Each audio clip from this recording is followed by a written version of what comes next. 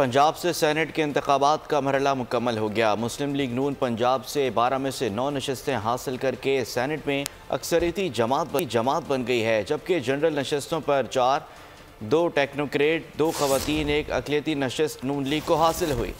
اسلام آباد کی سینٹ کے لیے ٹیکنوکریٹ اور جنرل نشستوں پر حکومتی اتحاد کے امیدوار وزیر خارجہ اسحاق ڈار اور رانا محمود کامیاب ہو گئے۔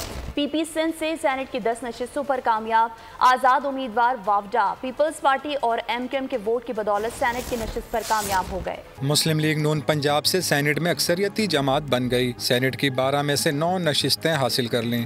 جنرل نشستوں پر 4 جبکہ 2 ٹیکنوکریٹ، 2 خواتین، 1 اقلیتی نشست نون لیگ کو حاصل۔ خواتین کی نشست پر انوش رحمان اور بشرا انجم بٹ منتخب ہو گئیں۔ اقلیتی نشست پر طاہر خلیل سندھو سینیٹر منتخب ہو گئے۔ ٹیکنوکریٹ نشستوں پر مصدق ملک، محمد اورنگزیب کامیاب قرار دیے گئے۔ سینٹ الیکشن پنجاب اقلیت کی نشست بھی مسلم لیگ نون نے جیتی۔ مسلم لیگ نون کے طاہر خلیل سندھو نے 253 ووٹ حاصل کیے۔ اسلام آباد سے سینٹ کی ٹیکنوکریٹ نشست پر اسحاق ڈار کامیاب۔ سینٹ انتخابات ریٹرننگ افسر سعید گل نے اسحاق ڈار کی کامیابی کا اعلان کر دیا۔ اسحاق ڈار کو 222 ووٹ اور راجہ انصر کو 81 ووٹ ملے۔ پی پی کے رانا محمود الحسن 224 ووٹ لے کر کامیاب۔ پی پی سندھ سے سینٹ کی 10 نشستوں پر کامیاب آزاد امیدوار واؤڈا بھی سینیٹر منتخب۔ پیپلز پارٹی اور ایم کیو ایم کے ووٹ کی بدولت فیصل واؤڈا سینٹ کی نشست پر کامیاب۔ سندھ سے جنرل نشستوں پر پی پی کے کاظم شاہ، اشرف جتوئی، مسرور احسن، ندیم بھٹو، دوست علی، متحدہ قومی موومنٹ کے عامر چشتی، ٹیکنوکریٹ نشست کے لیے پیپلز پارٹی امیدوار سرمد علی کامیاب ہوئے۔ سندھ سے ٹیکنوکریٹ کی نشست پر پیپلز پارٹی کے ضمیر گھمرو، خواتین کی نشست کے لیے قرۃ العین، اینی مری اور روبینہ قائم خانی، اقلیتی نشست کے لیے پیپلز پارٹی کے پونجو مل کامیاب قرار پائے۔